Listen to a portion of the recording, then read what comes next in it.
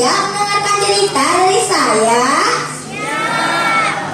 Saya akan menceritakan sebuah dongeng yang berjudul Kisah Bintang Puladrian yang berubah menjadi naga.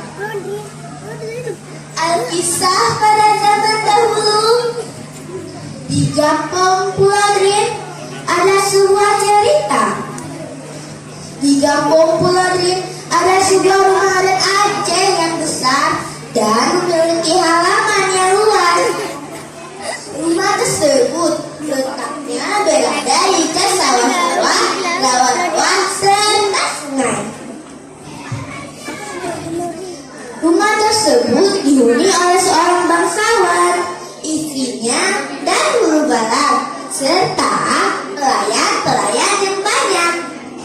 Bangsawan tersebut memiliki seorang putri yang diberi nama Pocut Intan dan sering dipanggil dengan nama dia berparas cantik dan rupawan. Hidupnya bergelimang harta dan kasih sayang, sehingga semua keinginannya selalu dituruti oleh orang tuanya dan pelayan-pelayannya.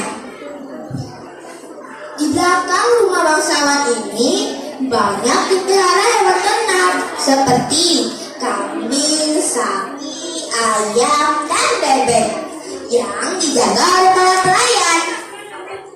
Ternak bebek sering dilepas bermain di rawa-rawa dekat rumah. Suatu hari, Nyi Intan keluar rumah ini melihat bebek-bebek yang dilepas cari makan di rawa-rawa. Ia ingin cari telur bebek dan memanggil pelayannya. Pelayan, bisakah Anda tolong carikan telur bebek?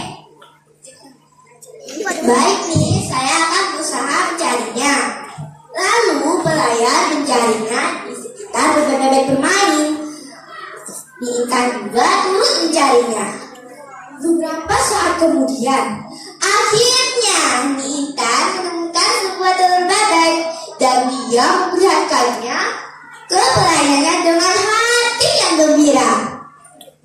Pelayan, saya sudah mendapatkan telurnya. Mana nih telurnya? Nyi Intan langsung memperlihatkan telur besar yang di tangannya kepada pelayannya. Ini telurnya, besar dan bagus. Hai Nyi, sepertinya ini bukan telur bebek karena ukurannya sangat besar. Tapi telur ini tadi saya temukan di dekat bebek-bebek bermain. Nih, biasanya telur bebek tidak sebesar yang dipegang, ukurannya lebih kecil lagi. Ini pasti telur bebek, pokoknya saya harus makan telur ini hari ini juga. Nyi Intan langsung pulang ke rumah dan memanggil pelayan perempuannya. Pelayan, bisakah tolong merebus telur ini? Karena saya sudah lama ingin makan telur bebek. Pelayan itu terkejut dan berkata, nih, sebenarnya itu bukan telur bebek. Betul, ini telur bebek. Tadi saya temukan di dekat bebek-bebek bermain. Tapi nih, jangan membantah. Pokoknya saya makan telur ini. Karena rasa takut, pelayannya tetap merebus dan menghidangkannya ke hadapan Nyi Intan. Dengan hati yang gembira, Nyi Intan langsung memakannya dengan lahap sampai habis.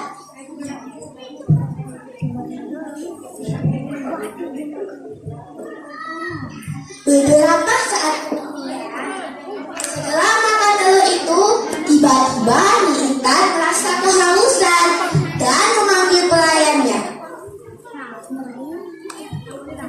Pelayan, tolong makan saya air 1 galon saja ya.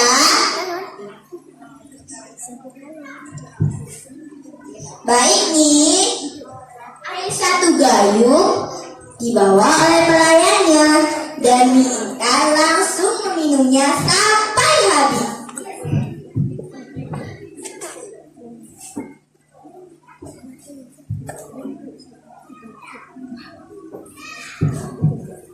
Mengapa saya masih merasa haus ya? Pelayan, pelayan, tolong makan saya 2 kali lagi ya. Saya sekarang sangat haus lagi. Baik nih, air 2 gayung dibawa oleh pelayan dan Mie Intan langsung menghabisnya sampai habis. Tetapi dia masih merasa kehausan dan tubuhnya sangat kepanasan. Pelayan-pelayan saling berbisik menanyakan kenapa Mie Intan. Kenapa Mie Intan sangat lain hari ini ya? Iya, Mie Intan sangat berbeda hari ini. Memangnya kenapa? Sehabis tadi dia makan telur saya rebus, tiba-tiba dia sangat kehausan. Memangnya telur apa? Saya tidak tahu, tetapi ukurannya lebih besar dari telur bebek yang biasa-biasanya. Pelayan, tolong makan saya lebih banyak lagi. Saya sangat haus.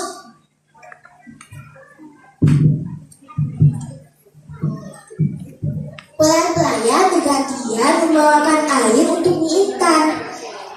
Setiap air yang dibawa oleh pelayan, Mie Intan langsung menghabiskannya sampai habis tak tersisa.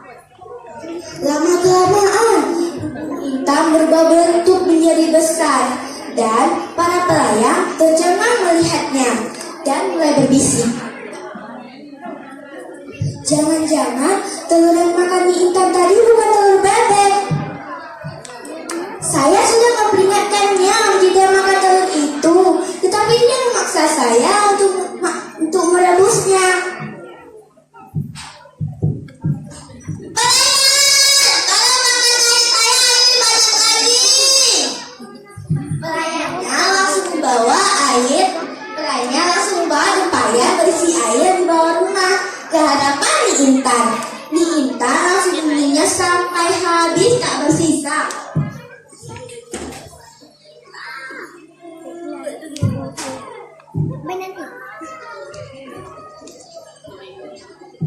Tubuhnya berubah menjadi lebih besar sehingga dia tidak dapat lagi keluar lewat pintu rumah. Tiba-tiba suasana berubah menjadi mendung, awan yang menggumpal hitam serta disertai petir yang melinggar dan hujan turun dengan sangat lebat. Bersamaan dengan petir yang melinggar, Mie Intan mencabut pelanan kayu yang ada di atas rumah.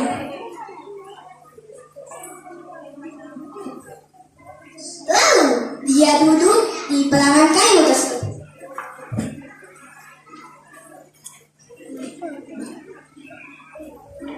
Kemudian dia meluncur ke bawah menuju sungai.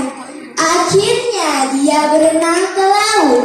Lalu sesampainya di laut, tubuhnya berubah menjadi seekor naga yang besar. Nah, inilah teman-teman cerita dari saya. Pesan dari cerita ini, kita harus patuh dan mendengarkan perkataan dan nasihat yang diberikan orang tua agar kita hidup senang dan bahagia.